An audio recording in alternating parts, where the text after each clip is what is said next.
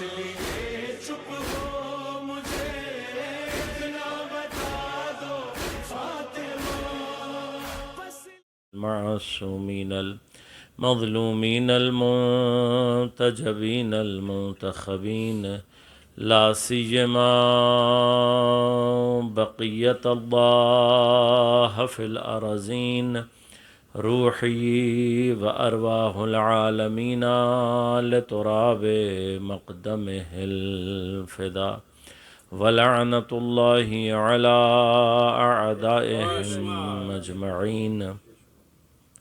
أما بعد قال الله تعالى في كتابه الكريم بسم الله الرحمن الرحيم يا أيها الذين آمنوا اتقوا الله وكونوا مع الصادقين.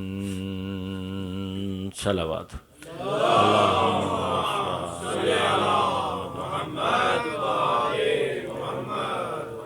مومنین کرام، سامعین محترم، عزیزان گرامی قدر، عزاداران مظلومہ کائنات، جناب حضرت سیدۃ النساء بضع رحمت للعالمین، زوجہ امیر المؤمنین حضرت زہرا سلام اللہ علیہ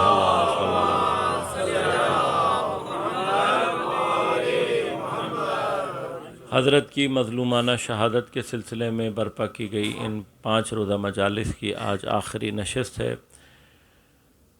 میں یقیناً اس بارگاہ کی تمام انتظامیہ، تمام افراد کا اور آپ تمام سامعین کا نہایت ممنون اور مشکور ہوں کہ آپ نے مجھے یہ موقع فراہم کیا کہ ہم اور آپ مل کر اس عبادت کو انجام دینے کے قابل ہو سکے.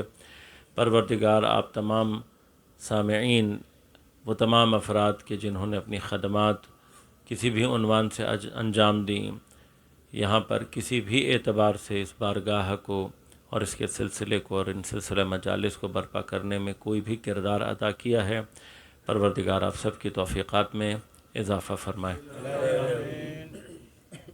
عزیزان گرامی قدر، مقام صادقین کہ جس کی طرف قرآن سورہ توبہ کی 119 نمبر آیت میں اشارہ فرما رہا ہے، جب تک ہمیں یہ مقام صادقین سمجھ میں نہیں آئے گا تب تک ہمیں یہ نہیں معلوم ہوگا کہ معصومین جب کسی کو السلام علیک ایتھا الصدیقہ کہہ کر سلام کرتے ہیں تو ان کی مراد اس صدیقہ سے کون سا مقام صدق ہوتا ہے. میں نے مقدمات آپ کی خدمت میں عرض کیے کہ جناب سیدہ سلام اللہ علیہا کے حوالے سے یہ پیچیدگی موجود ہے، چونکہ ذات اسرار کی تجلی اسرار الہیہ کی نمائندگی کے لیے پروردگار نے مخصوص رکھی ہے، لہذا ذات کے اندر اسرار ہیں، پیچیدگی ہے، مسٹری ہے، مسٹیریس ہے. پروردگار عالم نے جس ذات کو عقول سے دور رکھا ہوا ہے، جس کی معرفت کو یقیناً اس کو اور اس کے مقامات کو سمجھنا اتنا آسان نہیں ہے. ان تمام کیفیات کے ساتھ اہل بیت اطہار پھر بھی یہ چاہتے ہیں کہ جتنی ہمارے اندر وسعت ہے، جتنی ہماری ظرفیت ہے، اس ظرفیت کے اعتبار سے اس ذات کا تعارف کروائیں. اب ایک مقام تعارف کیا ہے کہ معصومین حضرت کو صدیقہ کہہ کر سلام فرما رہے ہیں. اب اس صدیقہ سے مراد میں نے عرض کیا تھا کہ ایک لقب یا ایک مقام وہ ہے کہ جہاں دنیا والے کسی کو لقب دیتے ہیں. دنیا کا لقب صرف ظاہر حال پر ہے، ہم نے ظاہری طور پر کسی سے کسی صفت کو دیکھا تو ہم نے اس کو وہ لقب عطا کر دیا، یہ ظاہر حال تک ہے. لیکن جب خدا اور اہل بیت معصوم کسی کے لیے کسی لقب کا انتخاب کرتے ہیں تو وہ ظاہر کو نہیں دیکھ رہے ہوتے بلکہ حقیقت ذات پر سے پردہ ہٹا رہے ہوتے ہیں. اب یہ پردہ جو حضرت زہرا کی ذات سے یہ کہہ کر ہٹایا گیا کہ السلام علیک ایتھا الصدیقہ، تو مقام صدق کیا ہے یہ مطالب آپ کی خدمت میں تقدیم کروں گا. پروردگار عالم ارشاد فرمایا یا ایھا الذین آمنوا اتقوا اللہ، اے صاحبان ایمان تقوی الہی کو اختیار کرو، وکونوا مع الصادقین، اور صادقین کی معیت. کل میں نے عرض کیا کہ یہاں پر کونوا مع الصادقین خبر در مقام شرط ہے، یعنی کیا کہ شرط تقوی یہ ہے کہ صادقین کی معیت اور ان کا ساتھ اختیار کیا جائے. اب معیت اپنی جگہ ایک تفصیلی بحث ہے کیونکہ یہ معیت سمجھ میں آتی ہے اگر ہمیں دین میں عربی کے اعتبار سے، زبان کے اعتبار سے معیت سمجھ میں آئے، تو پھر دین میں جہاں جہاں معیت کا لفظ استعمال ہوگا، نام آئے گا معا کا، تو وہاں پہ معیت کی کیفیت کو سمجھا جا سکتا ہے۔ خود عربی زبان کے اندر بھی بحث ہے، لیکن معیت میں صرف اشارہ کر رہا ہوں کہ جیسے میں نے اشارہ کیا، اللہ تبارک و تعالیٰ فرماتا ہے کہ ان مع العسر یسرا، سختی کے ساتھ آسانی ہے۔ اب یہ جو سختی کے ساتھ آسانی ہے، میں نے اس دن بھی عرض کیا تھا کہ سختی کے بعد نہیں، اللہ تعالیٰ یہ نہیں کہہ رہا کہ سختی کے بعد، معیت میں بعد کا تصور نہیں ہوتا۔ اب مثلا خود سختی، مثلا یہ اپنی جگہ ابحاث ہیں، بحث سے میں نے عرض کیا کہ میں تفصیل دینا چاہوں تو میرے پاس گفتگو بہت ہے۔ سائیکالوجی کے اندر ایک پوری بحث اور ایک ڈسکشن یہ ہے کہ ایک تھیوری ہے، اس کو آپ نیٹ پہ بھی تلاش کر سکتے ہیں، کہ سائیکالوجسٹ یہ کہتے ہیں کہ کمفرٹ ول ریون یور لائف، آپ کے کمفرٹ زون آپ کی زندگی میں آپ کی لائف کو تباہ کر دیں گے۔ بس ہر وہ شخص کہ جو اپنی زندگی میں کمفرٹ تلاش کر رہا ہے، بنیادی طور پر اپنے لیے تباہی تلاش کر رہا ہوتا ہے۔ اب اسی چیز کو ذرا سا پلٹ کر دیکھیں تو بات یہ سمجھ میں آئے گی کہ خدا جس کو تباہی سے بچانا چاہتا ہے اسے مشکلوں میں ڈال دیتا ہے۔ بس دنیا کی مشکل، اب اگر اس کو ٹیکنیکلی حل کیا جائے، دنیا کی مشکل اگر مجھے آخرت کی مشکل سے بچا رہی ہے تو اس سے بڑی نعمت کوئی ہو ہی نہیں سکتی۔ لہٰذا اللہ تبارک و تعالیٰ جن پر لطف کرتا ہے، جن سے چاہتا ہے کہ وہ میری طرف متوجہ رہیں، ان کے اوپر مشکلات کو ڈالتا رہتا ہے تاکہ اسی بہانے سے یہ مومن توسل کر کے میری طرف متوجہ رہے۔ بس ایک فلسفہ اس کا اپنے۔ اب لیکن مشکل کے اندر ہی، یعنی اندر سے مراد اب کیا، معیت یعنی کیا ہے کہ جہاں کہیں پر بھی مشکل ہوگی، آسانی خود بخود اس کے ساتھ ہوگی۔ اب یہ دونوں جدا نہیں ہو سکتے، یہ بات سمجھنے کی ضرورت ہے۔ لہٰذا اگر ہماری پرسیپشن، اگر ہمارا پوائنٹ آف ویو کسی چیز کو دیکھنے کا تبدیل ہو جائے تو خود بخود چیزیں اور ہمارا بیہیویئر تبدیل ہو جاتا ہے۔ اگر ہم مشکل کو اپنے لیے مشکل سمجھیں گے تو وہ مشکل رہے گی، لیکن اگر ہم ہر مشکل کو اپنی صلاحیتوں کو آزمانے اور بڑھانے کا بہانہ سمجھ لیں تو ہر مشکل ہمارے لیے ایک نیا ٹارگٹ بنے گا، یہ سمجھنے کے لیے کہ میرے اندر قابلیت اور لیاقت کتنی ہے۔ لہٰذا ہر مشکل کو گزارنے کے بعد آدمی کو یہ اپنے اوپر کانفیڈنس پیدا ہو جاتا ہے کہ میرے اندر اس مشکل سے گزرنے کی صلاحیت موجود ہے۔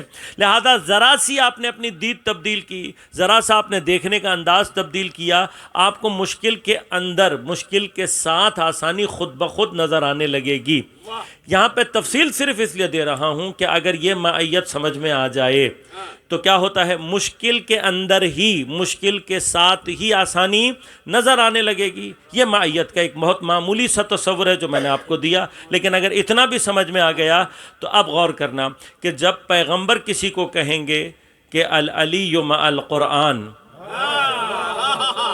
والقرآن مع علی، علی قرآن کے ساتھ ہے اور قرآن علی کے ساتھ ہے، الحق مع العلی والعلی مع الحق، تو علی کو قرآن کے بعد تلاش مت کرنا۔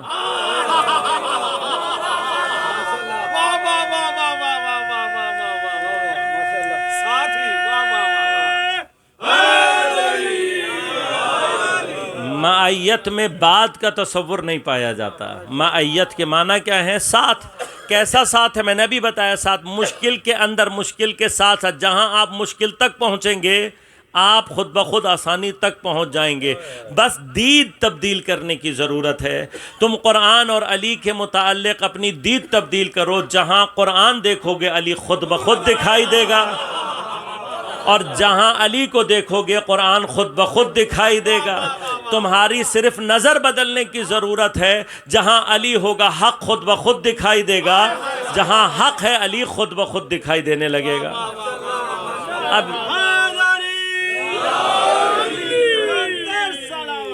اللہم صلی اللہ علیہ وسلم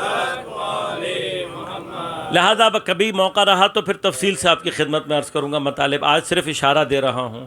اب اگر اس سے مراد یعنی معیت سے مراد ہم ظاہری معیت لیتے ہیں تو کچھ مشکلات ہیں، ان میں سے ایک مشکل کیا ہے؟ القرآن و مع علی، تو ظاہری، اب میں صرف ظاہری معیت کی بات کر رہا ہوں۔ ظاہری معیت کا مطلب کیا ہوگا؟ جہاں قرآن ہوگا وہاں علی ہونا چاہیے۔ خب اگر میرے گھر میں قرآن رکھا ہوا ہے تو معیت کا مطلب کیا ہے؟ معیت کا مطلب یہ ہے کہ قرآن اگر میرے گھر میں ہے تو علی بھی ہونا چاہیے۔ بس اس کا مطلب یہ ہے کہ جب پیغمبر نے، ہم نے تو نہیں کہا، اور یہ حدیث ایسی ہے کہ جس کو شیعہ سنی بالاتفاق سب نے مل بیان کیا ہے، سند اس کی محکم ہے، موثق ہے، بس اس کے کہنے میں یعنی اس اعتبار سے کوئی شک نہیں کہ پیغمبر نے یہ بات کہی ہے۔ اب پیغمبر نے کہی ہے لیکن مجھے اور آپ کو نظر نہیں آ رہا، تو اس کا مطلب کیا ہے؟ جب تک حقیقت قرآن سمجھ میں نہیں آئے گی علی کی حقیقت سمجھ میں نہیں آئی۔ لیکن اگر ظاہری معیت کو بھی نظر میں رکھا جائے تو لازم آتا ہے جلد مراد نہیں ہے، قرآن کی اصل مراد ہے، اور اگر قرآن کی اصل کے ساتھ علی ہے تو پھر یہ ماننا پڑے گا جب تک قرآن کی اصل زمانے میں رہے گی کوئی نہ کوئی علی قرآن کے ساتھ ہونا چاہیے۔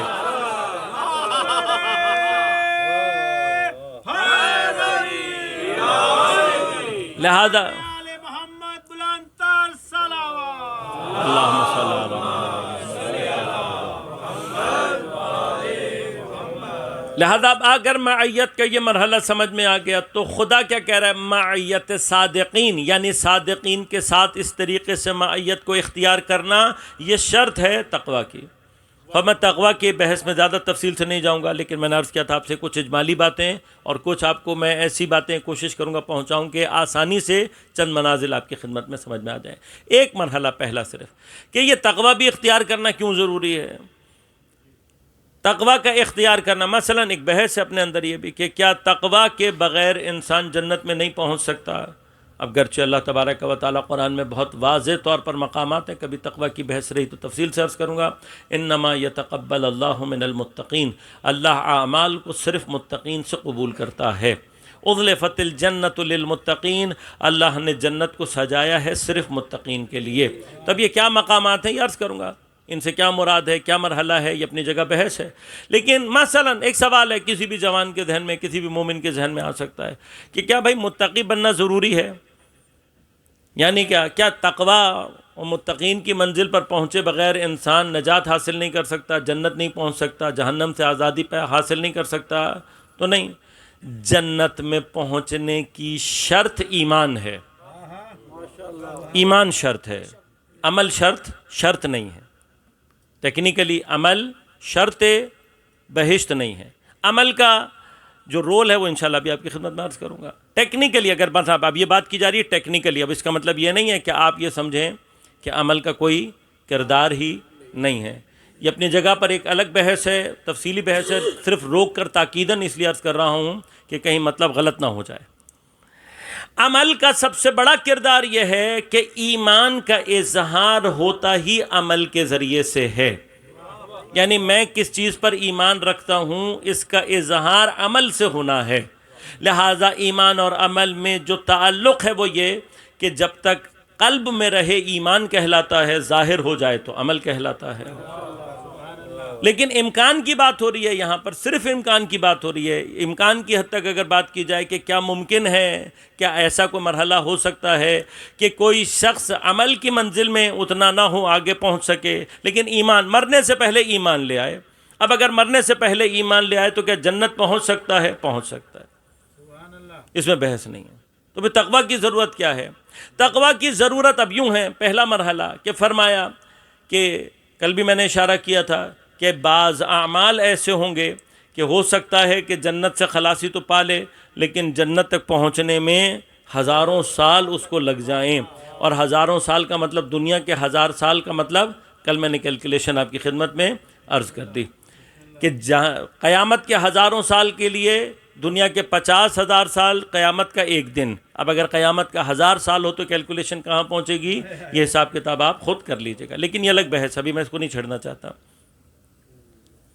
لیکن مسئلہ کیا ہے؟ مرحلہ یہ ہے کہ پروردگار عالم عمل کے اعتبار سے ارشاد کیا فرماتا ہے سورہ مبارک آل عمران میں ارشاد فرمایا یا ایھا الذین آمنوا اتقوا اللہ حق تقاتہ، اے صاحبان ایمان تقوی اختیار کرو جیسا تقوی کا حق ہے، ولا تموتن الا وانتم مسلمون، اور دیکھو اس وقت تک مت مرنا جب تک کہ تم مسلمان نہ ہو۔ اب اس آیت سے جو کم ترین بات سمجھ میں آتی ہے وہ یہ کہ اگر ہم یہ چاہتے ہیں کہ ہمارا خاتمہ بالایمان ہو، ایمان لے آئے ہیں، اس میں کوئی شک نہیں ہے، اس بات کی کسی کے پاس گارنٹی ہے کہ جب میں مروں گا تو میں صاحب ایمان ہوں گا؟ دیکھیں ہمیں عام طور پر کربلا کا ایک رخ دکھایا جاتا ہے، بعض اوقات بعض چیزیں، میں نہیں کہتا کہ چھپایا جاتا ہے، لیکن بعض اوقات بیان نہیں ہو پاتا، لہٰذا ہم نے آنے والے ہور کو تو بیان کیا ہے، بیان کیا ہم نے کہ جناب ہور آخری وقت میں ایمان لے آئے، چند گھنٹوں میں علیہ السلام کی منزل پر پہنچ گئے۔ اب اگر بات کی جائے کہ ہور نے ایمان لانے کے بعد عمل کتنا انجام دیا، کتنی نمازیں، کتنے روزے، کتنی مجلسیں، کتنا، چند گھنٹوں میں علیہ السلام کی منزل پر۔ بس ایمان کے ساتھ تھوڑا سا عمل بھی اگر خلوص کے ساتھ ہو تو یہاں تک پہنچا سکتا ہے۔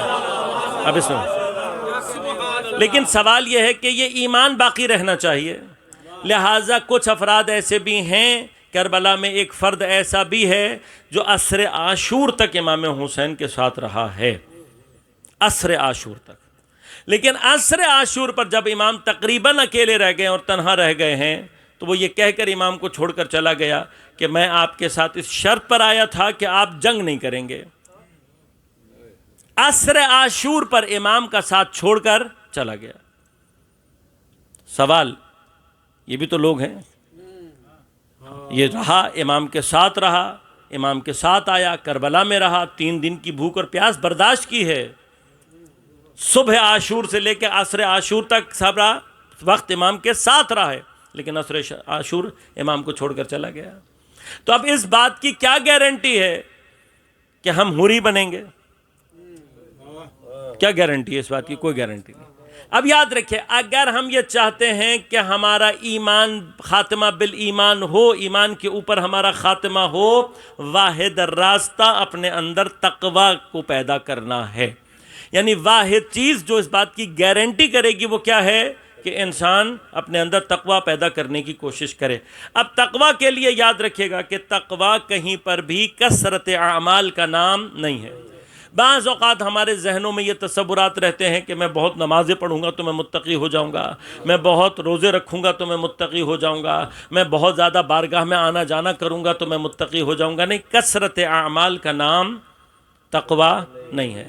میں آپ کو بہت آسان سی ایک چیز سمجھا رہا ہوں، اگر یہاں تک پہنچا سکا تو شاید تقوی کے متعلق آپ کے لیے آسان ہو جائے مراحل، خاص طور پر جس فضا میں آپ لوگ رہ رہے ہیں وہاں پر تقوی کی منزل کو حاصل کرنا نسبتاً مشکل ہے، لیکن یاد رکھیے گا جہاں مشکلات زیادہ ہوتی ہیں وہیں پر خدا کا لطف بھی زیادہ ہوتا ہے۔ لہذا اس فضا میں گرچہ تقوی کو باقی رکھنا نسبتاً مشکل ہے، لیکن جتنا مشکل ہے اتنے ہی درجات بھی بلند ہیں۔ اب تقوی بنیادی طور پر کثرت اعمال کا نام تقوی نہیں ہے۔ تقوی کیا ہے؟ آپ کے اعمال کا خالص اور پاک ہونا تقوی کہلاتا ہے۔ لہذا تقوی کو ایک بیس لائن اس کی میں ڈیفائن کر دوں، اس کو اپنے ذہن میں رکھیے گا۔ تقوی بنیادی طور پر ابتدائی ترین مرحلہ تقوی کا ترک معصیت اور گناہ ہے۔ میں صرف یہاں کے ماحول کے اعتبار سے بات کر رہا ہوں، ایک بڑا مسئلہ ہے، بالآخر آپ یہاں پر جس مقصد سے بھی آئے ہوئے ہیں، اگر وہ مقصد کم از کم بھی کسب حلال ہے تو یہ کسب حلال کا قصد بھی اپنی جگہ پورا جہاد ہے۔ لہذا اس میں کوئی بحث نہیں ہے کہ اگر کوئی شخص کسب حلال کی نیت سے بھی یہاں آیا ہوا ہے، اپنا وطن چھوڑا ہوا ہے، تو یہ کام اپنی جگہ جہاد ہے۔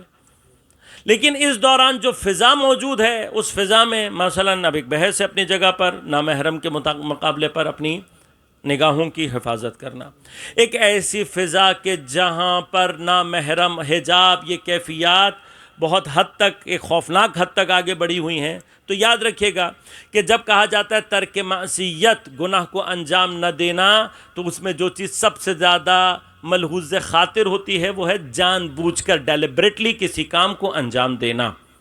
لہذا جو چیز آپ کے اختیار کے دائرے سے باہر ہے، شریعت آپ پر اس سے کوئی سوال نہیں کرے گی۔ لہذا آپ کی ذمہ داری کسی کو لباس پہنانا نہیں ہے، یہ آپ کی ذمہ داری نہیں ہے۔ گرچہ عمل بالمعروف نہی عن المنکر اس کے مقامات اپنی جگہ پر ہیں، وہ ان کے حالات ہیں، اس کے اپنے شرائط ہیں، وہ اپنی جگہ ایک بحث ہے، لیکن اس ملک کے اندر جہاں نہ آپ کا کوئی سلسلہ ہے، آپ یہاں پر صرف کسب معاش کے لیے آئے ہوئے ہیں، اور یہاں اس طرح کی پریشانیوں سے آپ کا مقابلہ ہے، ہر روز ہر جگہ جہاں نگاہ اٹھاؤ وہاں کوئی نہ کوئی حرام بظاہر سامنے نظر آ رہا ہے، تو وہاں پر یاد رکھیے گا جتنا آپ اپنی نیت کو اور اپنے قصد کو اپنے کنٹرول میں رکھیں گے تو جو چیز غیر ارادی اور غیر اختیاری ہے اس پر آپ کا کوئی محاسبہ، کوئی سوال آپ سے نہیں ہوگا۔ لہذا اب یہ مشکل ہے، ہم بھی یہاں پر 4 یا 5 دن اگر رہے ہیں تو یا تو گھر میں بیٹھے رہیں، کہیں باہر ہی نہ نکلیں۔ اچھا کتنے باہر نہ نکلیں؟ فرض کریں کہ وہاں سے یہاں تک پہنچنے میں بھی بالآخر کہیں نہ کہیں سے گزریں گے، کچھ نہ کوئی ایسا مرحلہ، تو واحد مرحلہ، واحد مقام کیا ہے؟ آپ کی نیت یہ نہیں ہو کہ میں دیکھنا چاہتا ہوں، قصد لذت نہ ہو، آپ کہیں پر بھی قصد لذت حرام کرنے کا قصد لذت نہ رکھیں، آپ کے لیے کوئی مسئلہ نہیں ہے۔ بس جو چیز آپ کی نگاہ میں بے اختیار آ رہی ہے اس پر آپ سے کوئی محاسبہ نہیں ہے، لیکن یہ یاد رکھیے گا اللہ تبارک و تعالی اسی لیے بار بار قرآن فرماتا ہے کہ خدا تمہاری آنکھوں کی خیانت کو بھی جانتا ہے اور اسے بھی جانتا ہے وما تخفی الصدور، جو تم اپنے سینوں میں چھپا کر رکھتے ہو۔ لہذا بس اب جب گھر سے باہر نکلیں، کسی ایسے مرحلے میں داخل ہوں، بس یہ یاد رکھیے گا کہ آنکھ کی خیانت کیا ہے۔ میں نے ایک جگہ گفتگو کی تھی تفصیل سے کہ خاموش ترین خفیف ترین گناہ میں کوئی گناہ اگر ہے تو وہ آنکھ کا گناہ ہے، اس لیے کہ آنکھ ایک ہی چیز کو دیکھتے ہوئے کہاں قصد گناہ کرے گی یہ ظاہر نہیں ہوگا، کبھی بھی ظاہر نہیں ہوگا۔ لہذا اپنی جگہ بحث ہے لیکن میں صرف اشارہ کر رہا ہوں، چونکہ ذمہ داری ہے۔ آج چیزیں میں نے کچھ اور بیان کرنی تھیں لیکن تھوڑا سا یہ چاہتا ہوں کہ کچھ آپ خاص طور پہ نوجوان زیادہ ہیں، ان کے لیے مسائل زیادہ ہیں۔ یہ یاد رکھیے گا، اب یہ یاد رکھیے گا حلال اور حرام میں ذائقوں کا فرق نہیں ہوتا۔ حلال اور حرام میں ذائقوں کا کوئی فرق نہیں ہوتا۔ مثلا میں کوئی مرغی ذبح نہ کروں صحیح طریقے سے تو حرام ہوگی، لیکن میں آپ کو تکہ ویسے ہی بنا کر کھلاؤں جیسے کھلایا جاتا ہے تو کھا کر نہیں بتا سکتے آپ کے حلال ہے یا حرام۔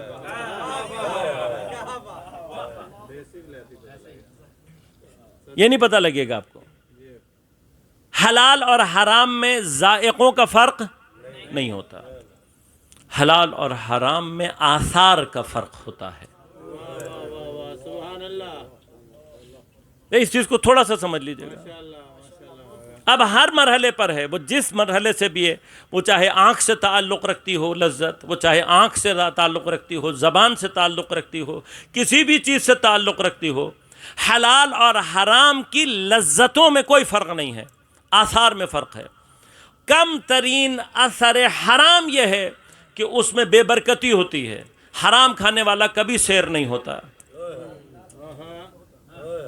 حلال کا کم سے کم ترین اثر یہ ہوتا ہے کہ اس کے اندر برکت ہے، انسان کی نیت کو سیر کر دیتا ہے، حوث کو۔ یہ کم ترین اثر ہے جو بتا رہا ہوں آپ کو، کم ترین اثر بتا رہا ہوں، ذائقوں میں فرق نہیں ہوتا، یہ کم ترین اثر ہے۔ پھر اس کے بعد گناہ کے اور حرام کے اور حلال کے آثار کو اگر بیان کروں گا تو موضوع کہیں اور چلا جائے گا۔ اللہم صلی اللہ محمد لہذا ذائقوں میں کوئی فرق نہیں ہے، صرف یہ یاد رکھیے گا آثار میں فرق ہے۔ اور اگر میں نے عرض کیا میں تفصیل نہیں بیان کر سکتا، لیکن اگر کم ترین بھی اشارہ کر کے گزر جاؤں تو بس یاد رکھیے گا حلال کے اثر کو حسین کہتے ہیں، حرام کے اثر کو یزید کہتے ہیں۔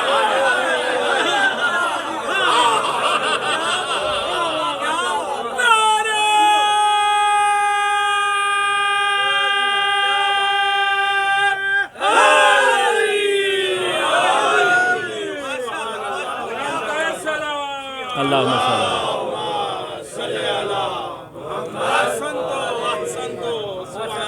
حلال کا اگر سلامتی کے لیے بلند تر صلوات۔ اللہم صلی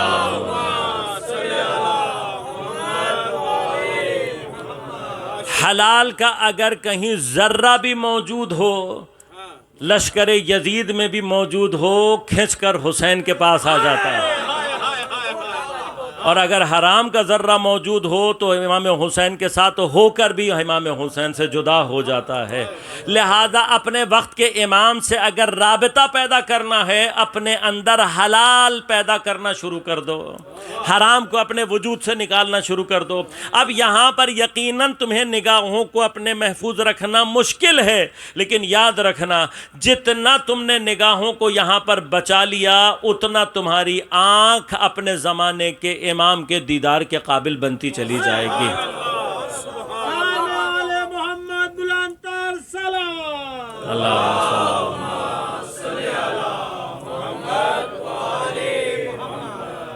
مشکل ضرور ہے، میں نے عرض کیا مشکل ضرور ہے، لیکن ہمارا قصد کیا ہونا چاہیے؟ سب سے پہلے تقویٰ کی طرف سفر کرنے کے لیے پہلی چیز جو ذہن میں رکھنی ہے وہ کیا ہے کہ ہم ڈیلیبریٹلی جان بوجھ کر عمدن ارادتاً گناہ انجام نہ دیں۔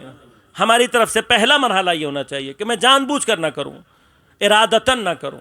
لہذا جیسے ہی ترک معصیت، اب ترک معصیت سے مراد یہ کہ کوئی بھی گناہ انجام نہ دے انسان، بس جیسے ہی اس مرحلے میں داخل ہوتا ہے، یہ تقویٰ کی بیس لائن ہے۔ پھر سے عرض کر رہا ہوں کہ یہاں پر جو اصل مراد ہے وہ کیا ہے؟ ترک معصیت سے جو مراد ہے وہ کیا ہے؟ جان بوجھ کر ڈیلیبریٹلی ارادتاً عمدن کسی گناہ کا انجام دینا۔ پر خطا ہو گئی، غلطی سے ہو گئی، یہ حساب نہیں ہوتا۔ انسان کوشش اپنی کرے، بس جہاں یہ کوشش حاصل ہوئی وہاں پر تقویٰ حاصل ہو جائے گا۔ انسان تقویٰ کو اپنے گارنٹی کرنے کی کوشش کرے، خدا اس کے ایمان کو خود بخود گارنٹی کر دیتا ہے۔ تقویٰ کو گارنٹی کر لیں۔ اب یہ تکبیر، نعرہ رسالت، نعرہ حیدری، حسینیت زندہ باد، حسینیت زندہ باد۔ اور محمد و آل محمد بلند تر صلوات۔ اللہم صلی علی محمد و آل محمد وعجل فرجهم۔ آپ نے اپنے اندر اس تقویٰ کو تضمین کر لیا، گارنٹی کر لیا، خدا آپ کے انشاءاللہ ایمان کو گارنٹی کرتا ہے۔ یہ تقویٰ کا کم ترین اثر ہے، لیکن یہ جو تقویٰ کا اثر پیدا ہونا ہے، خدا نے شرط کیا رکھی ہے؟ کونوا مع الصادقین۔ اب یہاں سے بحث شروع ہوتی ہے، یعنی جب تک ہم صادقین کی معیت اختیار نہیں کریں گے یہ تقویٰ پیدا ہو ہی۔ اب یہ صادقین کون ہیں؟ ان سے مراد کیا ہے؟ صدق کہتے ہیں عزیزوں، میں تھوڑی سی کوشش کروں گا جلدی سے مرحلے کو طے کروں۔ صدق کہتے ہیں، تھوڑی سی توجہ کیجئے گا، گفتگو شاید تھوڑی سنگین ہو، میں کوشش کروں گا آسان کر کے بیس پہ کر سکوں۔ صدق کہتے ہیں سچ، یعنی اگر ہم اردو میں ترجمہ کریں تو کہلائے گا سچ۔ سچ کیا ہوتا ہے؟ صدق کسے کہتے ہیں؟ سچ کہتے ہیں، صدق کہتے ہیں جب ہماری خبر، جو بات ہم کہہ رہے ہیں وہ مطابق واقعہ ہو، یعنی کوئی واقعہ پیش آیا ہے، آپ جب خبر دیں تو وہ اس کے مطابق ہو، یہ مطابق واقعہ خبر دینا صدق کہلاتا ہے، سچ کہلاتا ہے۔ مثلا باہر اگر بارش ہو رہی ہے اور کسی نے آ کر بتایا کہ باہر بارش ہو رہی ہے تو یہ کیا کہلاتا ہے؟ صدق کہلاتا ہے۔ لیکن کیا صرف صدق یہ نہیں، یہ ایک مرحلہ ہے۔ اور ثانیاً جب اللہ تبارک و تعالیٰ کہہ رہا ہے کونوا مع الصادقین، صادقین کے ساتھ ہو جاؤ، تو کیا مراد اللہ کی ایسے سچے ہیں؟ اب ایسے سچے ڈھونڈنے نکلیں گے تو بہت سارے ہیں، اور یقیناً ہمارے ہاں تو حالات ایسے ہیں۔ اور یہ یاد رکھیے گا، جب ہم یہ باتیں سنتے ہیں تو ہمیں تکلیف ہوتی ہے، جب ہمیں تکلیف ہوتی ہے تو سوچے کہ زمانے کے امام کو کیا تکلیف۔ یہ عام طور پر سننے کو ملتا ہے کہ مولانا کافر سچ بولتے ہوئے دکھائی دیتے ہیں، مسلمان اور شیعہ، یہ بات ہمیں تکلیف پہنچاتی ہے۔ زمانے کے امام کے ساتھ کیا ہوتا ہوگا؟ میں نے عرض کیا تھا نا کہ ائمہ کیا فرماتے ہیں؟ ہمارے لیے باعث زینت بنو، ہمارے لیے باعث شرمندگی مت بنو۔ ہمارا کردار ایسا ہونا چاہیے کہ جو لوگوں کو بتائے کہ علی کے شیعہ کیسے ہوتے ہیں۔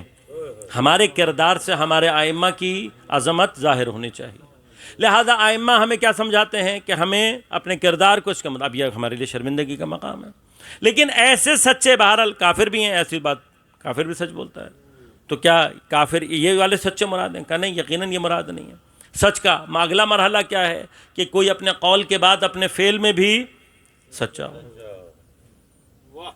فعل میں سچا ہونا یقیناً ایک مرحلہ ہے، اور یہ یاد رکھیے گا، اب یہ اپنی جگہ مسائل ہیں۔ زبان کا جھوٹا یقیناً جھوٹا ہے، اور زبان سے جھوٹ بولنا یقیناً گناہان کبیرہ میں سے ہے۔ میں اس پر بحث میں نہیں جانا چاہتا، وہ دور چلی جائے گی، لیکن یقیناً جھوٹ سے متعلق آپ جانتے ہوں گے۔ لیکن عرض کر رہا ہوں کہ زبان کے جھوٹ کے تمام مسائل کے باوجود بھی اللہ نے عمل کے اندر جو کذب ہے اس کے لیے فرمایا کبر مقتا عند اللہ ان تقولوا ما لا تفعلون۔ فرماتا ہے کہ خدا کو انتہائی ناگوار گزرتی ہے یہ بات کہ جو تم کہتے ہو وہ کرتے نہیں ہو۔ بس زبان کے جھوٹ کے لیے نہیں کہا اللہ نے، لیکن اگر عمل مطابق قول نہ ہو، فرمایا کبر مقتا عند اللہ، اللہ کے لیے نہایتاً ناگوار۔ بس اپنا عمل اپنے قول کے مطابق کرنا یہ شأن مومن نہیں، لیکن یہاں تک کا مرحلہ بھی پھر آ جائیں، پھر ہمیں کفار مل جائیں گے ایسے کہ جو اپنے زبان کے اور اپنے قول کے اور اپنے عمل کے پکے ہیں، یقیناً ان کی معیت تقوی تک نہیں لے کر جائے گی، یہ مراد نہیں ہے۔ تب قول کا صدق، اس کے اوپر فعل کا صدق، عمل کا صدق، اب اس سے اوپر کیا ڈگری ہے؟ فرمایا کہ اس سے اوپر ہے صدق جو کہ انسان کے اعتقاد میں ہوتا ہے، عقیدہ۔ اب اگر عقیدہ مطابق پر واقع ہو، یعنی جو حق ہے اسی کے مطابق عقیدہ ہو، اب یہاں سے ایک مشکل شروع ہو جاتی ہے۔ وہ مشکل کیا ہے؟ مشکل یہ ہے کہ عقیدہ ہے باطنی شے۔ البتہ میں عرض کروں گا انشاءاللہ کبھی موقع مل جائے، میں نے ابھی بھی آپ کی خدمت میں عرض کیا، اسی لیے چونکہ عقیدہ اور ایمان کا تعلق باطن سے ہے، لہذا فرمایا جب تک اندر رہتا ہے ایمان ہے، ظاہر ہو جائے عمل کہلاتا ہے۔ لہذا خود عمل سب سے بڑی کسوٹی بنتا ہے ہمارے ایمان کی، لیکن بہرحال پھر بھی مسئلہ کیا ہے؟ ایمان اور اعتقاد انسان کا باطنی مسئلہ ہے۔ لہذا اب یہ ہو سکتا ہے کہ کوئی شخص اپنے اندر سے ایمان بالحق کا اظہار کرے لیکن باطنی طور پر ایمان نہ رکھتا ہو۔ اب ایسے شخص کو قرآن نے کیا کہا؟ منافق۔ منافق کیا کرتا ہے؟ اظہار ایمان کرتا ہے لیکن دل سے قبول اس نے نہیں کیا ہوتا۔ اب ایسے لوگوں کو بھی اللہ تبارک و تعالیٰ نے کیا کہا ہے؟ جھوٹا۔ لہذا سورہ منافقون کی پہلی آیت میں اللہ تعالیٰ فرماتا ہے اذ جاءک المنافقون، اے میرے حبیب جب تیرے پاس یہ منافق آتے ہیں، یقولون کہتے ہیں نشہد انک لرسول اللہ، یہ آ کر کیا کہتے ہیں؟ کہتے ہیں ہم شہادت دیتے ہیں، ہم گواہی دیتے ہیں آپ اللہ کے رسول ہیں۔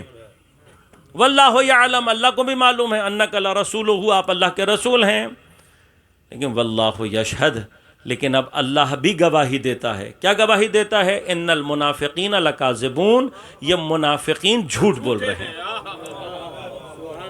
اب مجھے نہیں پتا کہ اللہ نے کن کن چیزوں کی شہادتیں دی ہیں، خود اللہ کن کن چیزوں کا شاہد بنا ہے، لیکن چند ایک ہی مقامات ہیں نا۔ ایک مقام رسالت ہے کہ جہاں پر اللہ تبارک و تعالی فرماتا ہے کہ اے رسول، یہ جو کافر تجھ سے کہہ رہے ہیں لست مرسلا، کہ تو نبی نہیں ہے، اللہ کا رسول نہیں ہے، تو قل کفا باللہ شہیدم بینی و بینکم ومن عنده علم الکتاب، اے میرے حبیب جب یہ کافر تجھے آ کر کہیں کہ تو اللہ کا رسول نہیں ہے تو پریشان نہ ہو، ان کو کہو کہ مجھے تمہاری شہادتوں کی ضرورت نہیں ہے، میری شہادت کے لیے اللہ کافی ہے اور وہ جس کے پاس کتاب کا علم ہے۔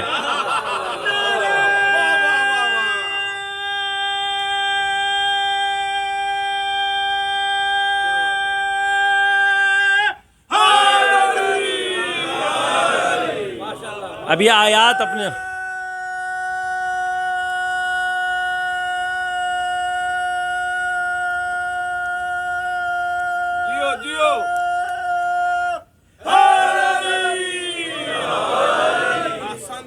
یہ آیات اپنی جگہ تفصیل چاہتی ہیں کہ ومن عندہ علم الکتاب سے مراد کون ہے، مقام شہادت کیا ہے، لیکن اب یاد رکھیے گا یہ جو کوئی بھی من عندہ علم الکتاب ہے، اس کی شہادت، پیغمبر کہہ رہے ہیں مجھے تمہاری نہیں، اس کی شہادت کافی ہے، خدا اور اس کی شہادت کافی ہے، تمہاری شہادت کی مجھے ضرورت بھی نہیں۔ دو کریکٹ، لیکن مرحلہ کیا ہے؟ یہ گواہی ہے اللہ نے یہاں پر کیا کہا ہے؟ نبی میں تیری رسالت کی گواہی دے رہا ہوں۔ دوسری گواہی جو اللہ دے رہا ہے وہ کیا دے رہا ہے؟ خود اپنی توحید کی بھی دی ہے۔ وہ کہتا ہے مجھے کسی کی بھی ضرورت نہیں ہے، اپنی توحید کے لیے میں خود گواہ کافی ہوں۔ پس اپنی توحید کی گواہی، رسول کی رسالت کی گواہی، اور پھر اس کے بعد اللہ کس بات کی گواہی دے رہا ہے؟ ان المنافقین لکاذبون، یہ منافق جھوٹ بول رہے ہیں۔ بس دو گواہیاں ہیں، ایک گواہی اللہ کیا کہہ رہا ہے؟ اپنی توحید کی اور نبی کی رسالت کی۔ دوسری گواہی اللہ کس کی دے رہا ہے؟ منافقوں کے جھوٹ بولنے کی۔ لہذا اب خلاصہ کر کے بتا رہا ہوں، جب اللہ اپنی توحید اور رسالت کی گواہی دے تب اللہ کہلاتا ہے، اور جب منافقوں کے جھوٹ کی گواہی دے اسی کو تبرہ کہتے ہیں۔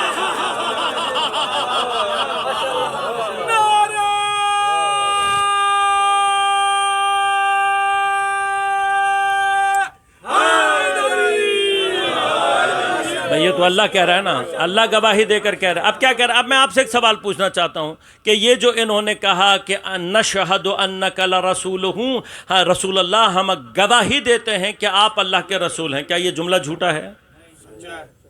اس سے بڑا تو سچ کائنات میں کوئی نہیں ہے۔ یہی تو وہ جملہ ہے جس کے لیے اللہ کہہ رہا ہے کہ میں خود گواہی دے رہا ہوں اس بات کی۔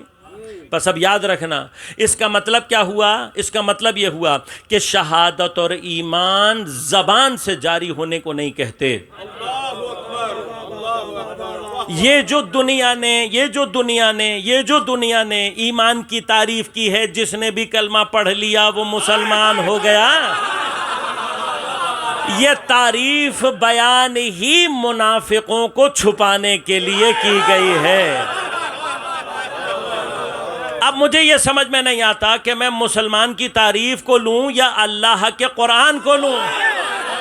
اللہ کا قرآن یہ کہہ رہا ہے کہ یاد رکھو یہ زبان سے اشہد انک لرسول اللہ کہنا کافی نہیں ہے، لہذا اللہ کہہ رہا ہے، جبکہ جملہ تو ٹھیک ہے لیکن اللہ کیا کہہ رہا ہے؟ ان المنافقین لکاذبون، پروردگار جو جملہ یہ کہہ رہے ہیں وہ سچ ہے، تو پھر بھی کہہ رہا ہے کہ یہ جھوٹ بول رہے ہیں۔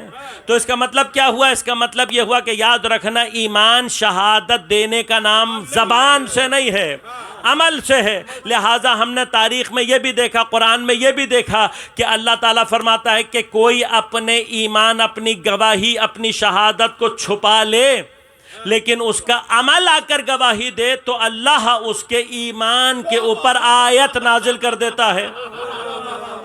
مثلا اللہ نے مومن آل فرعون کے بارے میں اس کا یہ لقب بھی اختیار کیا، اس کو یہ لقب بھی اللہ نے دیا۔ اب جس کو اللہ مومن کہہ دے، ہے کوئی جو اس کے ایمان میں شک کر سکے؟ کوئی نہیں کر سکتا۔ پھر خدا کیا کہتا ہے؟ یہ کون تھا؟ مؤمن من آل فرعون، آل فرعون میں سے جو مومن تھا، کا کتم ایمانہ، اس نے اپنے ایمان کو چھپایا ہوا تھا۔ اب جس نے اپنے ایمان کو چھپایا ہوا ہے کوئی مائی کا لال جو لا کر اس کا کلمہ مجھے دکھا دے؟ اس لیے کہ مومن آل فرعون کے کلمے کو اللہ کہہ رہا ہے اس نے چھپایا ہوا ہے۔ جسے اللہ کہہ دے چھپا ہوا ہے اسے کوئی ظاہر، کیونکہ اگر اس کا کوئی کلمہ ثابت کرنے کی کوشش کرے گا تو قرآن کو جھٹلائے گا۔ پس جب قرآن کہہ رہا ہے کہ اس نے اپنا ایمان چھپایا ہوا تھا تو اس کا مطلب کیا ہے؟ مومن آل فرعون کا کلمہ آپ کو کہیں نہیں ملے گا۔ تو اب میں مسلمانوں سے پوچھتا ہوں کہ مومن آل فرعون کے بارے میں لاؤ کوئی گواہی جو یہ کہے کہ اس نے شہادت دی تھی۔ آپ کہو گے نہیں جی اس نے تو کلمہ پڑھا ہی نہیں کسی کے سامنے، تو پھر اللہ اس کے ایمان کی سند کیوں دے رہا ہے؟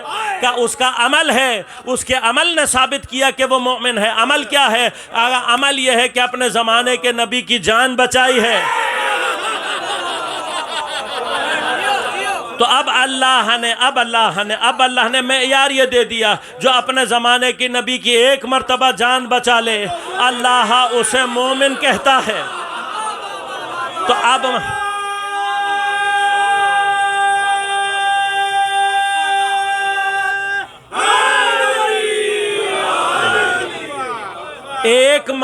ایک مرتبہ جو حضرت موسیٰ کی جان بچا لے، قرآن اس کے ایمان کی سند دے رہا ہے۔ اب میں مسلمان سے پوچھتا ہوں یہ بتا، جس نے ایک نہیں 40 سال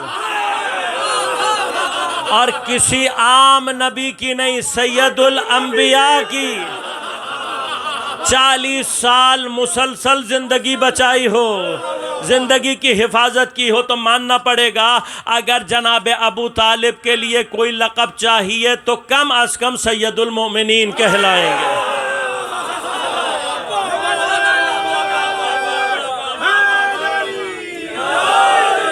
شک تیرے ماں کا کر کے ہے پریشان آج تک، شک تیرے ماں کا کر کے ہے پریشان آج تک، کچھ حسد زادے نہ بن پائے مسلمان۔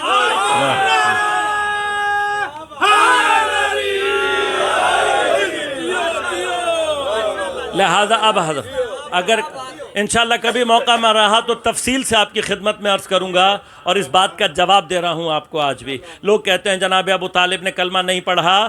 اگر ہم ابو طالب کے بارے میں جناب ابو طالب کو صحیح سے ڈیفائن کریں تو پھر ہم آپ کو بتائیں گے کہ یاد رکھنا جناب ابو طالب علیہ السلام کلمہ پڑھنے والے نہیں ہیں، کلمہ پڑھوانے والے ہیں۔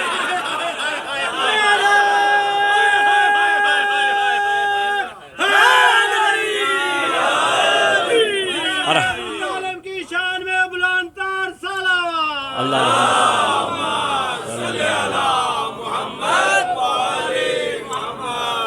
خوب اب مشکل یہ ہے کہ اللہ تبارک و تعالیٰ نے، مجھے نہیں پتا خدا کیا کہنا چاہتا ہے، لیکن خدا یہ بتا رہا ہے کہ مسلمان متوجہ رہیں، حل کلمہ پڑھے ہوئے کو مسلمان سمجھنے کی ضرورت نہیں۔ ان المنافقین لکاذبون، لیکن میں یہیں پر پروردگار کے سامنے تھوڑا سا جسارت کر کے کہوں گا پروردگار یہیں رک جا، ہمارا مسئلہ یہیں سے شروع ہو جاتا ہے۔ جیسے ہی مسئلہ ظاہری سے باطنی کی طرف سفر کرتا ہے ہماری ہمت، ہمارا حوصلہ ختم ہو جاتا ہے۔ ہم کسی کے ہمارا تو مشکل یہ ہے کہ ہم ظاہری طور پر کسی کو سچ بولتا ہوا دیکھ کر اس کو سچ سمجھ لیتے ہیں، اس کے ظاہری عمل کو دیکھ کر سچ مان لیتے ہیں۔ یہ عقیدے کھنگالنا ہمارے بس کی بات ہی نہیں ہے۔ کس کے دل میں کیا چل رہا ہے یہ ہمیں کیا پتا، یہ تو جانتا ہے یا تیرا رسول جانتا ہے، تو ہمیں کیسے پتا لگے گا کس نے سچا کلمہ پڑھا کس نے جھوٹا؟ یہ تو اندر کے معاملات ہیں، اور منافقوں نے رہنا ہے تا قیام قیامت۔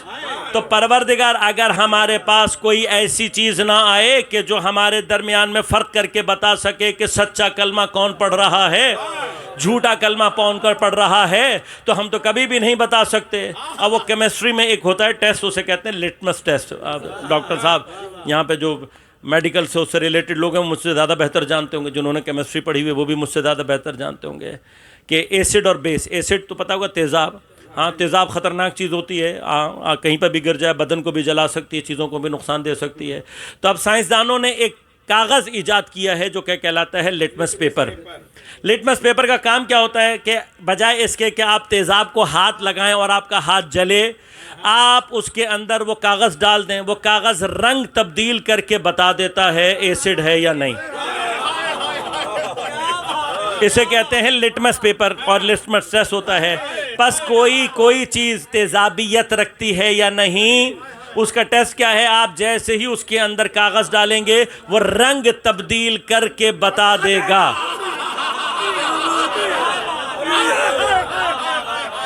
بھئی یہ اب دنیا میں ایک مسئلہ ہے، ہمیں بھی یہ سمجھ میں آ رہا ہے کہ بھئی خطرناک مرحلہ ہے، ہاتھ نہیں لگا سکتے، تو کوئی ایسا راستہ اللہ تبارک و تعالیٰ نے، بھئی یہ تو سائنسدانوں نے جو ایجاد کیا ہے یہ تو کشف کیا ہے نا، یہ تو کشف کیا۔ میں تھوڑا سا یہ کہوں گا پروردگار تو جب اپنے بندوں کے بارے میں اتنا رحیم ہے، اتنا کریم ہے کہ تو جانتا ہے کہ اگر انہوں نے ایسڈ میں ہاتھ ڈالا نقصان ہوگا، تو تو نے ایک ایسی چیز رکھی ہوئی ہے جس کو انسانوں نے کشف کر لیا کہ اگر اسے ڈالو وہ رنگ تبدیل کر کے بتا دے گا، انسانوں کو نقصان سے بچا لیا تو نے۔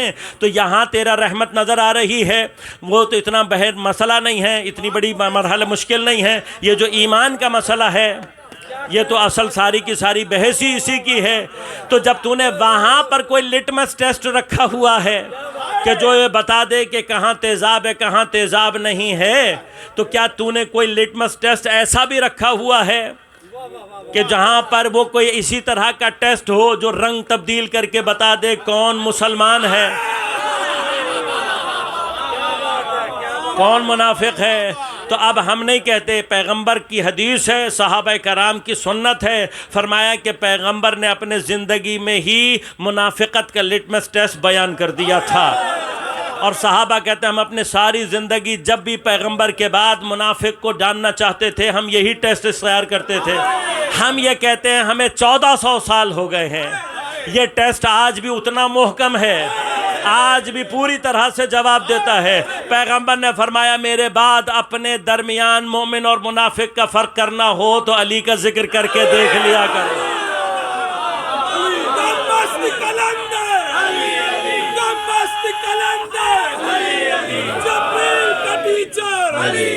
جبریل کا ٹیچر، قرآن کا رائٹر، جنگوں کا فائٹر، ہے سب سے بیٹر، دا مست کلندر، نعرہ حیدری.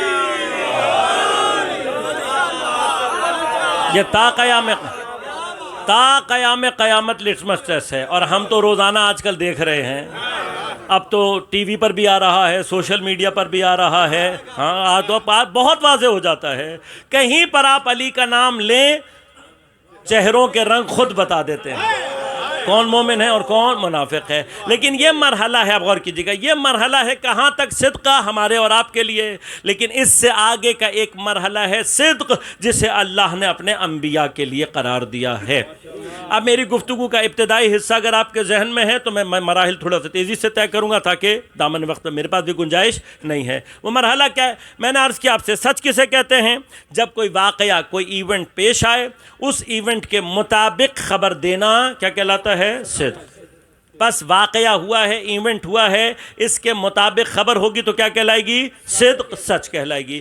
یہ اگر اب یہ مطابقت، یہ اس کی ان اکارڈنس ہونا اگر زبان میں ہو تو صدق ہے زبان کا، اگر یہی اس کے اندر جو مطابقت ہے وہ فعل میں ہو تو صدق بالفعل ہے، اور اگر یہی مطابقت انسان کے اعتقاد میں اور ایمان میں ہو تو صدق بالاعتقاد ہے.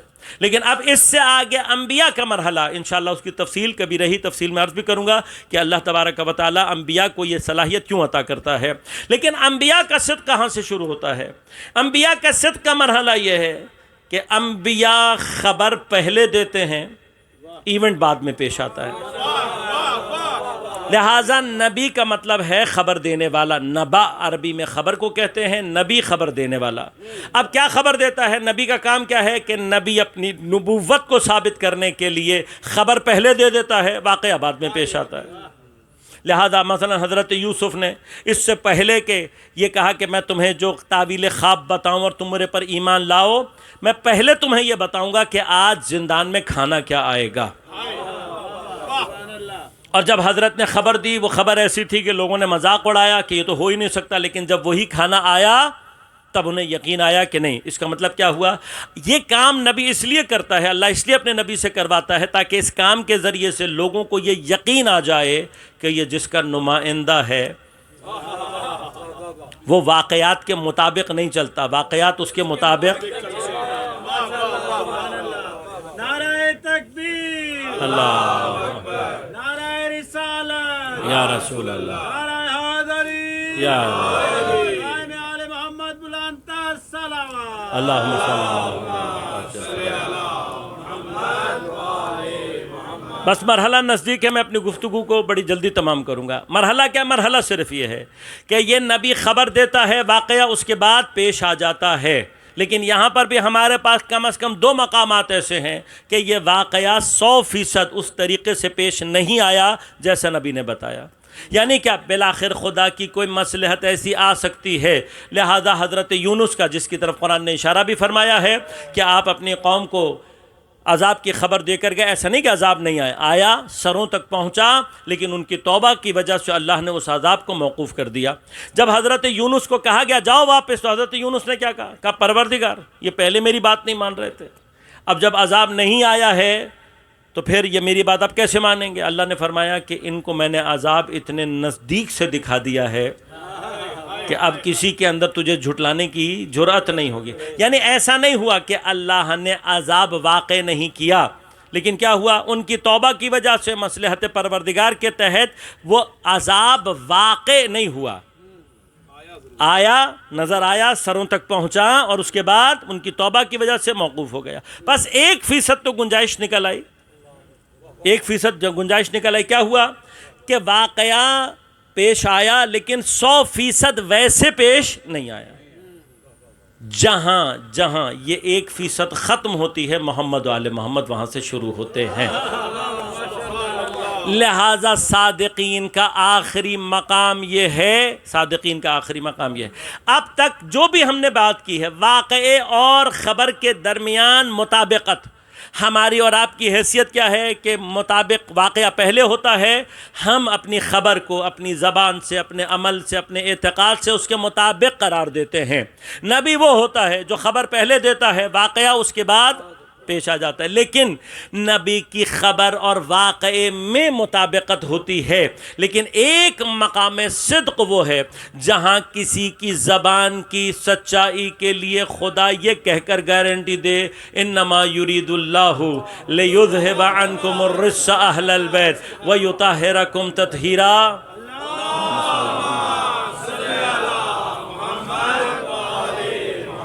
اب یہ طہارت، یہ آیہ تطہیر گارنٹی ہے پروردگار کی جانب سے. پس اگر اللہ کسی کے لیے ایسی گارنٹی دے تو پھر مرحلہ کہاں پہ فرق کرتا ہے؟ مرحلہ یہ فرق کرتا ہے اب ہی تک خبریں اپنے آپ کو واقعے کے مطابق بنا رہی تھیں. یہ مقام صدق وہ ہے کہ جہاں واقعہ اپنے آپ کو خبر کے مطابق قرار دیتا ہے. فرق سمجھ میں آیا آپ کو؟ فرق سمجھ میں آیا؟ ابھی تک کے جو 4 درجات ہیں، ان 4 درجوں میں کیا ہوتا ہے کہ ہم خبر کی مطابقت پیدا کرتے ہیں واقعے کے مطابق. یہ 3 مرحلے ہمارے لیے ہیں. چوتھے مرحلے میں نبی ہیں، نبی خبر پہلے دے دیتا ہے لیکن اس کی خبر بھی واقعے سے مطابقت پیدا کر رہی ہوتی ہے. محمد آل محمد اس درجے پر ہیں کہ جہاں وہ خبر دیں تو واقعہ اپنے آپ کو اس کے مطابق ڈھال لیتا ہے. لہذا یاد رکھے گا کہ اہل بیت کو اپنی صداقت کے لیے اپنے آپ کو مطابق نہیں بنانا ہوتا.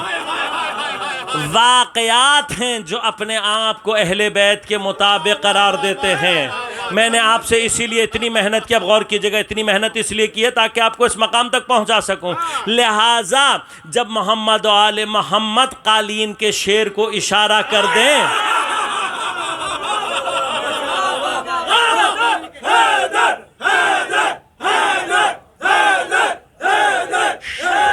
شعر ہونے کے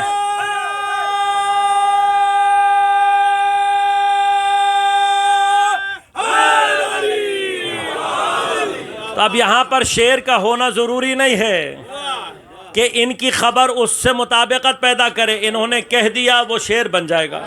اب اگر یہاں تک بات سمجھ میں آ گئی تو اب جب اعتراض کرنے والے نے یہ اعتراض کیا کہ یہ کیسے ہو سکتا تھا جب سیدہ نے کپڑے دیے ہی نہیں، کوئی درزی تھا ہی نہیں، تو تم نے کیسے کہہ دیا جناب سیدہ تو صدیقہ ہیں، جھوٹ نہیں بول سکتی؟ تو مسئلہ تیرا یہ ہے کہ تجھے مقام صدق سمجھ میں ہی نہیں آیا ہے.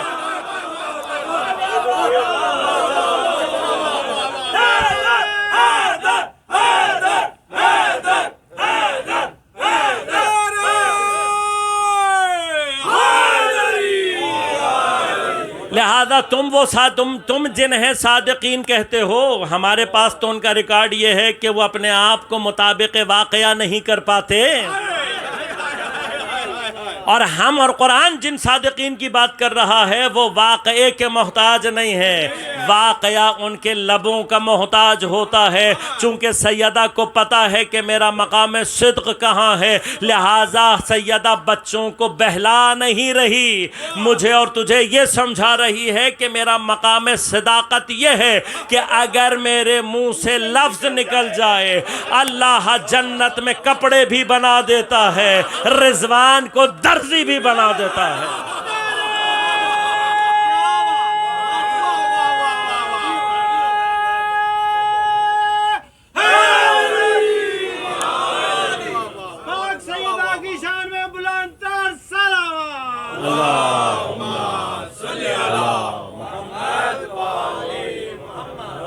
پس پروردگار جس کے لبوں کی جنبش کا منتظر ہے کہ سیدہ نے اگر کہہ دیا تو کپڑے بھی وجود میں آ جائیں گے، رضوان بھی درزی بن جائے گا. ایسی صادقہ اگر مسجد النبوی میں جھٹلا دی جائے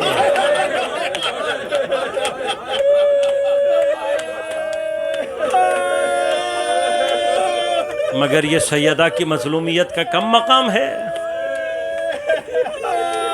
جہاں جس کے لبوں کی حرکت واقعے کو وجود میں لا سکتی ہے وہ شہزادی جھٹلا دی جائے، اور پھر وہی نہیں اس کے گواہ جھٹلا دیے جائیں،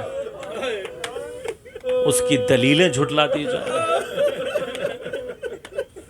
سیدہ کے لیے یہ ایک اکیلا زخم کافی تھا، لیکن امت نے اپنا سارا بغض نکالا ہے سیدہ پر۔ دروازہ بھی جلایا، پسلیاں بھی توڑیں، بازو بھی زخمی کیا، تماچے بھی مارے، اتنا کچھ کیا نا امت نے کہ سیدہ بالآخر بابا کی قبر پر بیٹھ کر کہہ رہی تھی صبت علیہ مصائب لو اللہ۔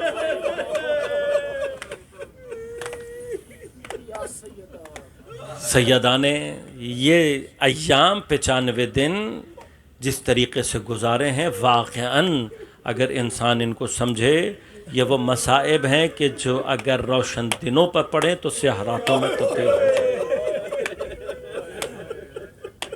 لیکن سیدہ علی کی خاطر اپنی ہر چیز کو، یہ علی کا سب سے بڑا سہارا ہے، لہٰذا سیدہ کو دفن کرتے ہوئے علی نے فرمایا ہے کہ سیدہ تو مجھ سے جدا ہو رہی ہے، لیکن علی کی اب راتیں بے خواب ہیں اور علی کا غم اب بے پایان ہے، زہرا کے بغیر علی کو چین نہیں۔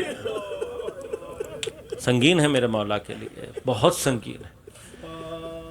سیدہ کیسی عاشق ہے علی کی میں نہیں جانتا عزیزوں، لیکن تاریخ نے لکھا کہ پہلو ٹوٹا ہوا تھا، بازو زخمی تھا، اس کے باوجود بھی اپنے گھر میں کام کر رہی ہے۔ حضرت نے جناب ام ایمن سے درخواست کی، جناب ام ایمن آئیں تو بی بی نے کہا ام ایمن اب تم آ گئی ہو تو ایک دن تم کھانا پکانا، میں صفائی کروں گی، اور ایک دن تم صفائی کرنا، میں کھانا پکاؤں گی۔ اس نے کہا بی بی یہ دونوں کام میں کر سکتی ہوں، روزانہ آ کر دوں گی۔ کہا ام ایمن مجھے علی کے گھر میں صفائی کرنا اچھا لگتا ہے، ام ایمن مجھے اپنے بچوں کے لیے کھانا بنانا اچھا لگتا ہے۔ ایک دن جب ام ایمن گھر تشریف لائیں تو دیکھا کہ گھر میں جھاڑو بھی لگی ہوئی ہے، کھانا بھی پکا ہوا ہے۔ کہا بی بی آج تو میری باری تھی کھانا پکانے کی، آپ نے دونوں کام کر دیے۔ کہا ام ایمن نہیں معلوم میں دوبارہ علی کے گھر میں جھاڑو لگا سکوں گی۔ تو بی بی کھانا کیوں پکایا؟ کہا نہیں معلوم میں اپنے بیٹوں کے لیے دوبارہ کھانا بنا سکوں گی یا نہیں۔ کبھی بھی ایسی باتیں کیوں کر رہی ہیں؟ کہا ام ایمن بس اب میرا بابا کے پاس جانے کا وقت نزدیک ہے۔ فرمایا ام ایمن میں اپنے حجرے میں جا رہی ہوں، جب تک میری تسبیح کی آواز آتی رہے سمجھ لینا میں زندہ ہوں، اور اگر میری تسبیح کی آواز آنا بند ہو جائے تو سمجھ لینا بابا کے پاس چلی گئی ہوں۔ لیکن دیکھو ام ایمن میرے بچے آئیں گے بھوکے ہوں گے،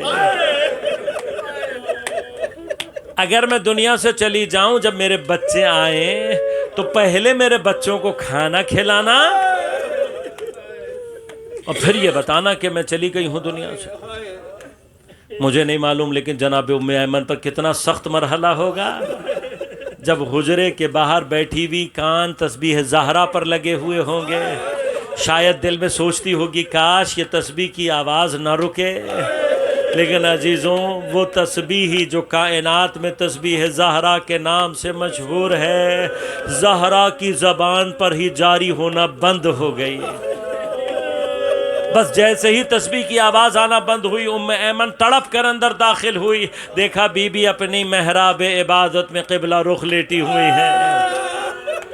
ام ایمن نے نفس پر ہاتھ رکھا، ابھی رونا چاہتی تھی، ایک مرتبہ دروازے پر دستک ہوئی، ام ایمن بڑھی، اب جو دروازہ کھول کر دیکھا حسنین آئے ہیں، لیکن آج حالت یہ ہے کہ سروں پر عمامے نہیں ہیں، پیروں میں چپل نہیں ہے، بال بکھرے ہوئے ہیں۔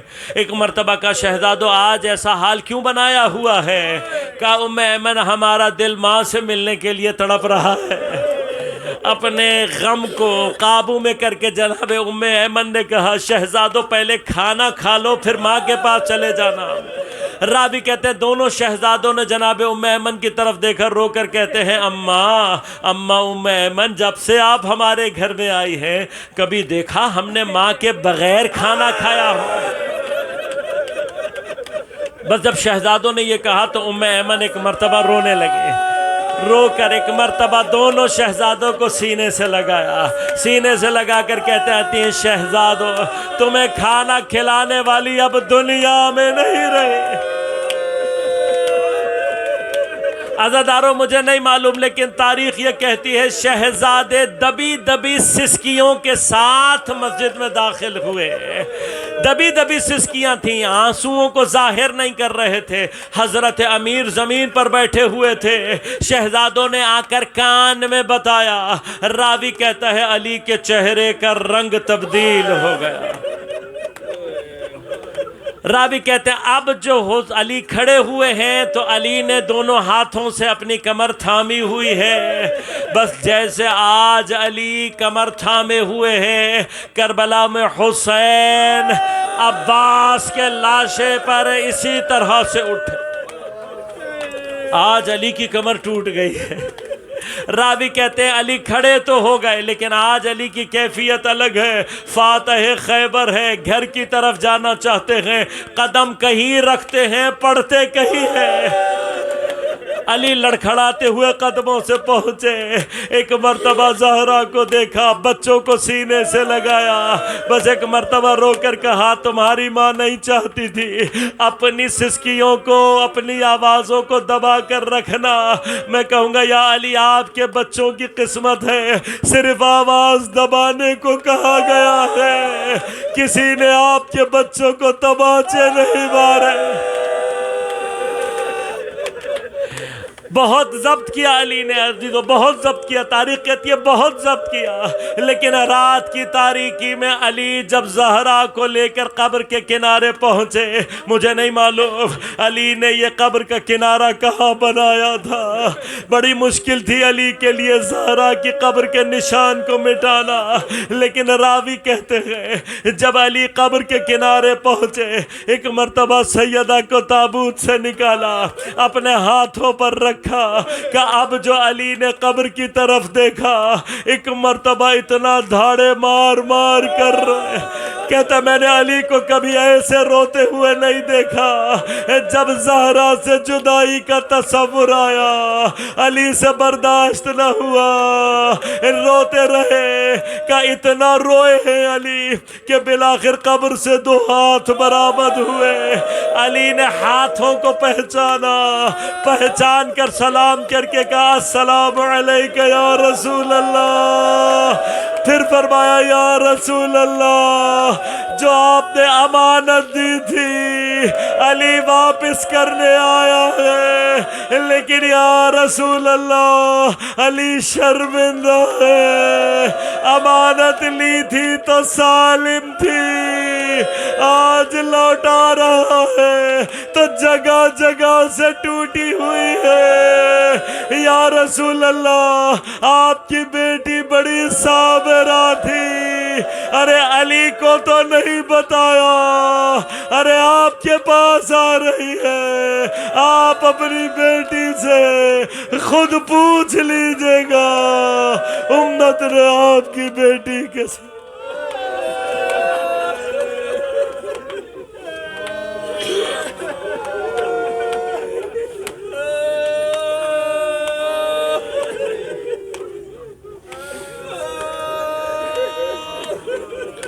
الا ولعنت اللہ علی القوم الظالمین وسيعلم الذين ظلموا أي منقلب ينقلبون۔ بار الہ بحق زہرا و ابیہا و بعلہا و بنیہا، ہماری عبادت کو اپنی بارگاہ میں قبول و منظور فرما، بحق زہرا و ابیہا و بعلہا و بنیہا، منتقم زہرا، منتقم کربلا، منتقم اسیران کربلا، امام زمانہ کے ظہور میں تعجیل فرما، حضرت کے ظہور کے ذریعے سے دنیا میں عدل و عدالت کو قائم فرما، ظلم اور استبداد کا خاتمہ فرما، جہاں جہاں ظالم قوتیں دنیا میں موجود ہیں سب کو نیست و نابود فرما، بار الہ جہاں جہاں پر بھی مقاومت اسلامیہ حق کی قوتیں باطل سے برسر پیکار ہیں، ایران میں، عراق میں، شام میں، سعودی عرب میں، لبنان میں، نائجیریا میں، فلسطین میں، پارا چنار میں، بار الہ ان سب کو نصرت و کامیابی عنایت فرما۔ بار الہ بالخصوص آج کل شام میں جتنے بھی یہ دین دشمن قوتیں ہیں ان سب کو نیست و نابود فرما۔ بار الہ مقاومت اسلامیہ، سپاہ پاسداران انقلاب اسلامی کی حفاظت فرما، تمام علماء مراجع اعظام کی حفاظت فرما، تمام مؤمنین کو اپنے حفظ و امان میں رکھ، پریشانیوں کو دور فرما، مشکلات کو آسان فرما، بیماروں کو صحت کامل عاجل عنایت فرما۔ بار الہ بالخصوص جن لوگوں نے دعا کا کہا ہے ان کی پریشانیوں کو دور فرما، ہمارے مرحومین کی مغفرت فرما۔ بار الہ بالخصوص اس سارے سلسلہ عزاداری کو برپا کرنے والے جتنے بھی افراد ہیں، اس سینٹر کے جتنے بھی منتظمین ہیں، ان تمام کے مرحومین کی مغفرت فرما، ان تمام افراد کی توفیقات میں اضافہ فرما۔ ربنا تقبل منا انک انت السمیع العلیم برحمتک یا ارحم الراحمین۔